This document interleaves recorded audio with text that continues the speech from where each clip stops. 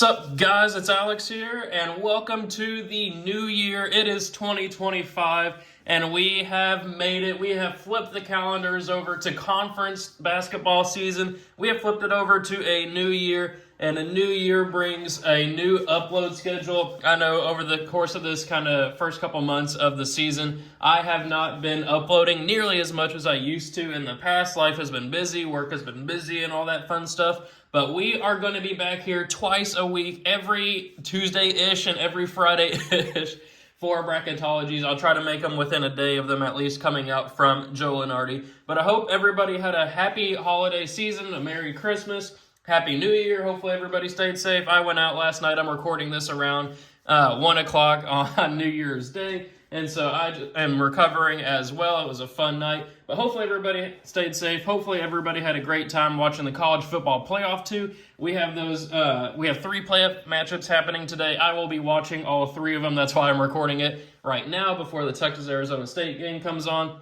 Should be fun. Hopefully college football brings us some upsets. We saw Penn State beat Boise State last night. I was rooting for Boise State, but I don't know if you'd really consider that to be much of an upset because Penn State was the better team all year, if you want to call it that. I don't know, but we're talking too much about college football. It is time we bring it back to college basketball. We had a crazy non-conference season this year. I mean, at the beginning of the season, especially that feast week with all the different tournaments going on, we had ranked team after ranked team after ranked team after ranked team lose. We had UConn go on that crazy 0-3 run in the Maui Invitational Tournament. We have teams like Auburn now, top overall seed. We have teams like Arizona falling basically out of the tournament picture at 7-5. We have teams like North Carolina now sitting at, I think, 8-5 or 9-5, something crazy like that. We have teams like Kentucky, who is a borderline top 25 team to start the season, now in the top 10. A lot of fun matchups there, and I mean, we even have more fun matchups coming up over the course of this next week. Into Sunday, we got Illinois, Oregon,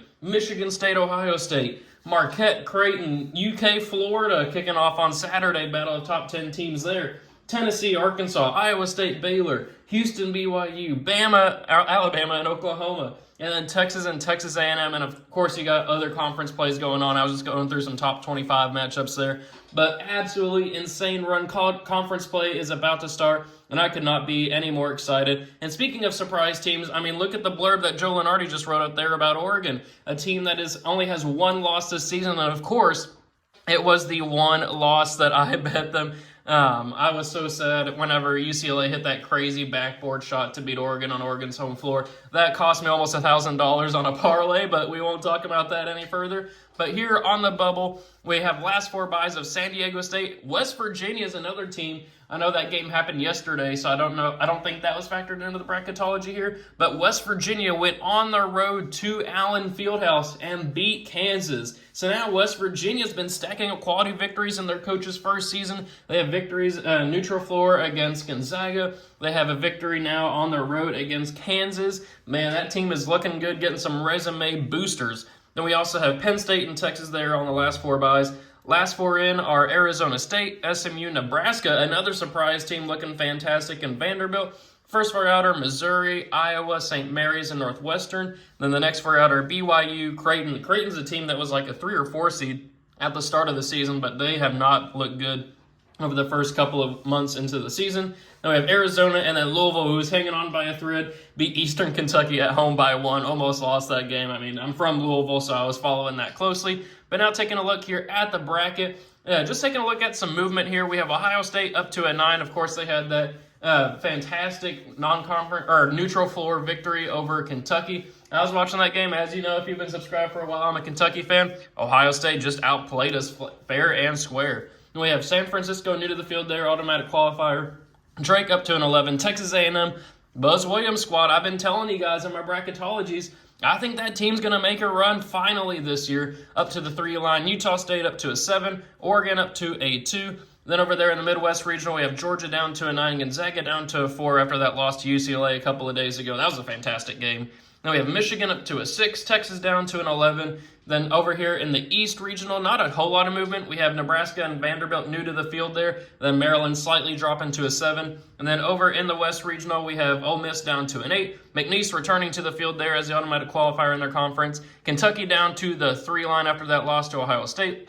and then San Diego State down to the 10. So as you guys know, every time I do a bracketology, I go to the vertex42.com, download their Excel template. I mean, I don't do that every time now, but I fill in the teams based off of Joe Lunardi's bracketology. Then I go through here and I pick a winner. I pick who I think is going to win each matchup, and then ultimately the NCAA tournament, if the tournament were to happen today. Always some upsets there, always some chalk that ends up happening as well, but we'll see what happens in this bracket. If you're new to the channel, I want to go ahead and say welcome to the channel. Hit that like button, hit that subscribe button. I'm going to try to find ways to make it more visually appealing here in the new year. Going to try to bring in some new content as well. We'll see what happens. But we'll go ahead and kick it off here with the top left regional. Obviously, we'll have Auburn beating the winner of Southern and Hampton, which, I mean, it doesn't really matter who ends up winning that one.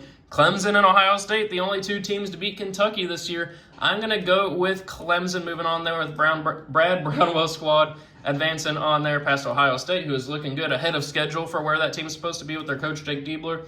Michigan State and San Francisco, I'm actually going to go with an upset pick here. I think San Francisco out of the WCC is going to make some noise there. Michigan State has not been as good in the tournament as they historically have been lately.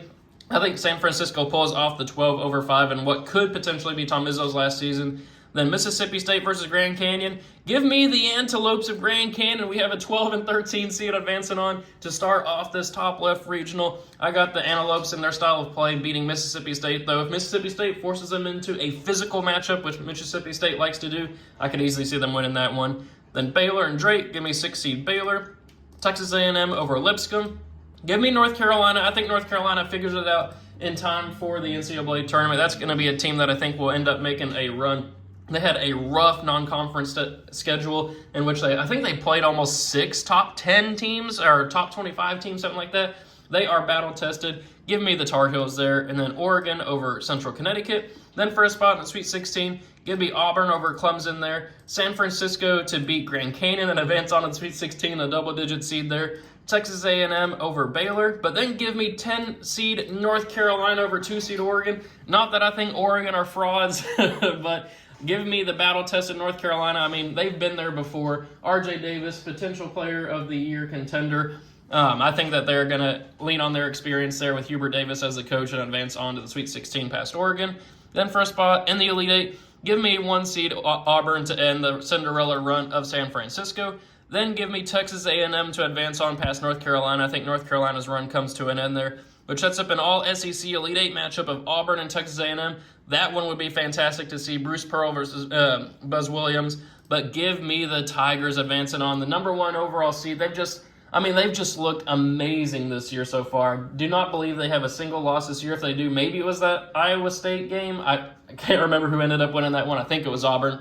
But give me the Tigers advancing on to the Final Four. So then over here in the top right regional, we'll go with Tennessee here over Youngstown State. Dayton, the Flyers moving on past Georgia, 8/9. Then give me an upset pick here. Give me Arkansas State over Purdue. Purdue's been riding the ship as of late, but Arkansas State, they've already proved that they can go on the road and beat a Memphis team, a top 25 team. Give me another upset there. That's what March Madness is all about. Give me, I don't even remember their mascot. I just remember it was red and it looks like a tiger or something like that. Oh, I wish I remembered their mascot. But anyway, Gonzaga versus Princeton. I think that would be a popular upset pick there. Princeton survived a matchup a couple of days ago, hit a crazy shot to end the game. But give me Gonzaga advancing on there. Then Michigan, I think, will beat Texas. Give me Kansas over North Dakota State. Then give me Cincinnati over Penn State. I think Cincinnati was close to a top 10 team at one point this year. They've kind of fell back just a little bit. And then Marquette over UMass Lowell. And then for a spot in the Sweet 16, you know what? Give me the Flyers of Dayton. They went on that crazy run in the Maui Invitational. They beat Marquette at home. They did lose to Cincinnati. But give me the Flyers here over Tennessee. I mean, Tennessee is obviously the number 1 team in the AP poll, I believe, this year. But there's always a 1 seed that loses earlier than everybody thinks. Maybe that'll be Tennessee this year. And 8 seed Dayton, that's going to be a tough 8 seed for people to get past. Give me the Flyers. They're pulling off the upset. But then they're going to face Gonzaga, who will beat Arkansas State. Then Kansas to beat Michigan. I know Kansas has not been looking good, but I think they will beat Michigan. And then Marquette to beat Cincinnati. Then for a spot in the Elite Eight, give me the Flyers again making a run here. 8/4 matchup. Give me the Flyers. Or they will face Marquette, who will beat Kansas there to advance on to the Elite Eight, which sets up a rematch. Dayton versus Marquette. Dayton won this on their floor earlier in the season. This one would be on a neutral court, of course. Give me the Flyers. I mean, why not continue their run? They beat Marquette earlier this year. Why not have an 8 seed? I mean, this is the first bracketology of 2025. This isn't the real thing. But give me the Flyers. I believe in them this season. So then moving on to the bottom right regional, Iowa State to move on past the winner of Lehigh and Southeast Missouri. Arkansas, I do think with John Calipari will advance on there past Wisconsin. Oklahoma will beat Liberty. Another great year for Oklahoma here with Porter Moser. That team won the battle for Atlanta, so they've been getting a couple quality wins since then. Houston versus Furman. Give me Kelvin Sampson's squad of Houston. It's not the Houston of recent times, but still a very good squad. Pittsburgh, I think, will beat the winner of Nebraska and Vanderbilt, which I think would be Nebraska. Connecticut will beat High Point. West Virginia will beat Maryland there. That's no disrespect to Maryland. They've been playing great basketball this year. And then Alabama to move on past Norfolk State. So then for a spot in the Sweet 16, Iowa State versus Arkansas, a battle of experienced squad versus the basically entirely new squad of Arkansas. Give me Iowa State there advancing on, though. Oklahoma versus Houston. Give me Porter Moser's squad pulling off the slight upset there over Kelvin Sampson's Houston squad. I mean, I think Houston was either a 1 or 2 seed to start the season, but now you see them on the 4 line there. It's just not the same as the past couple of years. They don't have a go-to offensive threat. We'll see if that develops in conference play. Pittsburgh versus Connecticut. Connecticut's been riding the ship as of late. Give me UConn moving on there. Then West Virginia versus Alabama. Give me Mark Sears and Alabama advancing on there. I wanted to pick West Virginia to pull off the upset, but I just don't think it's going to happen there. So now for a spot in the Elite Eight, Iowa State versus Oklahoma. Battle of the historical Big 12 teams, but now Oklahoma's in the SEC.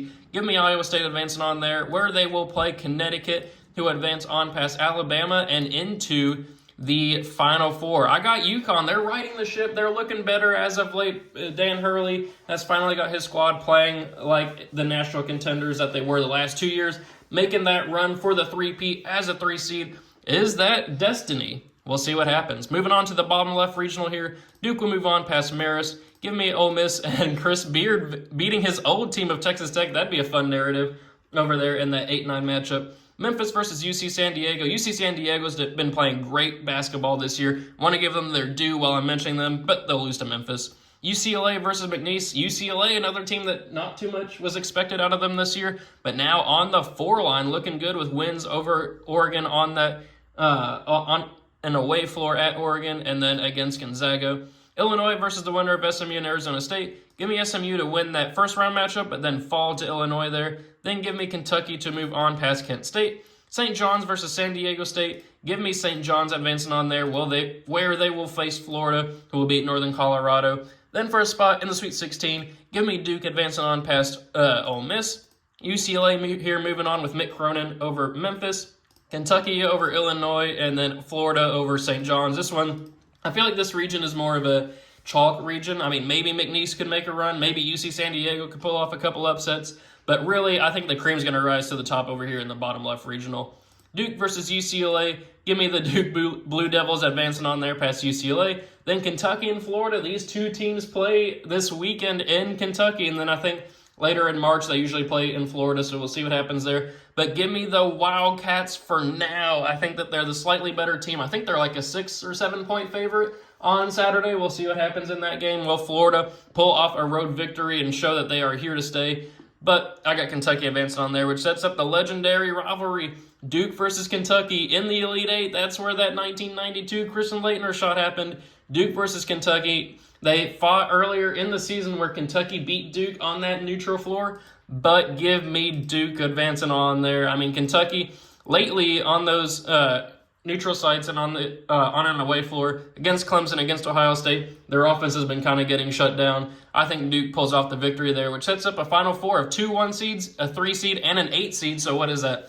13 total for the seed lines. 8 plus 3 plus 1 plus 1. I like that right there. 13 sounds like a good number to me.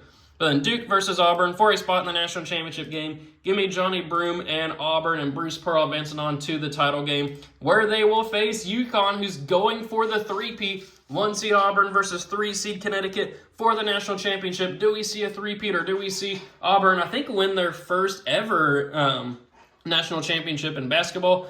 Give me the Tigers of Auburn. Number 1 overall seed. I know that's boring, but I think they are playing like the best team in the nation for a reason right now. I got Auburn winning the national championship. So thank you guys for watching. I hope you enjoyed it. I'll try to find a way to make this more visually appealing. I know I've been getting a lot of comments lately about that. We'll figure it out. But thank you guys for watching. Hopefully you enjoyed. Have a happy new year, and I will see you all later.